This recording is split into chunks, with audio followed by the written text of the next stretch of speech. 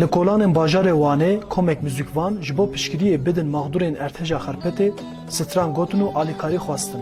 Piştî Erteja Xerpetê ku bi Tirkî Elezîz tê gotin, hin sazî û dezgehên sivîl ên li Wanê ji bo kesên ku ji Ertejê zirar dîtine alîkarî berhev dikin û dişînin.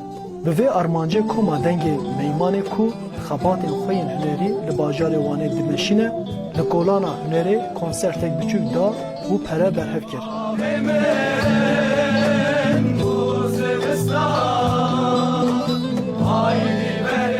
Rûnişvanên bajar jî li derdora wan civiyan û piştgirî dan sazbendên ciwan. Dengbêj Suat Şeylanê ku di sazkirina bernameyê da cih girtiye, armanca bernameyê wiha bilêv kir.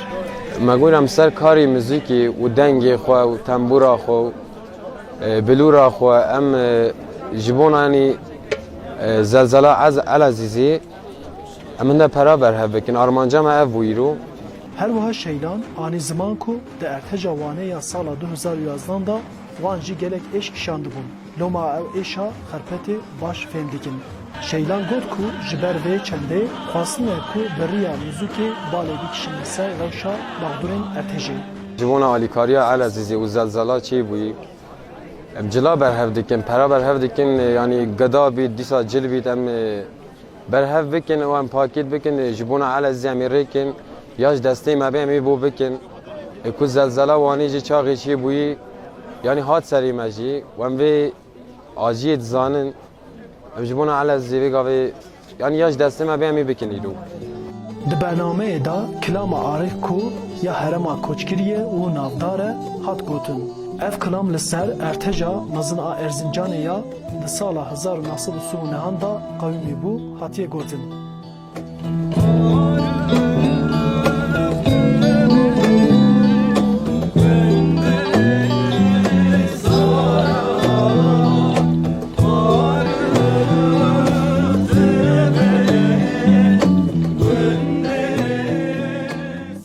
Mazlum Anaç jî got ku ew xwedî derketina mağdurên Ertejê wekî peyvêrekî mirovahî li ser milên xwe dibînin û bi vê mebestê wan ev bername organize kiriye. Wî her wiha ji gelê Wanê piştgirî jî xwast. Em dibêjin mesela me mesela îsanetî yani. Yani mesela Erdeja Wanê zanim mesela demek derbas bû yani. Demek derbas bû. Hiç piştgirî jî henin yani. Hiç piştgirî jî henin yani. Em dibêjin Elazığ Malatya çık pak nake yani. Armanca me jî ser çandî, hunerê çandî vî bidin zimanê yani. Hêjayî bibirxistinê ku roja înê 24 Revandanê li bajarokê Sîvrîca Xerpetê 6.8 pîle Erteş pêk hatibû. Di encama Ertejê da li Xerpetê û Malatyê 73 avahî hilweşiyan. Li gor saziyên dewleta Tirkiyê li her du bajaran heya dihe, herîkên 41 kesan jiyana xwe ji dest daye û hezaran zêde kes jî birîndar bûne. Arif Aslan, Dengê Amerîka, Wan.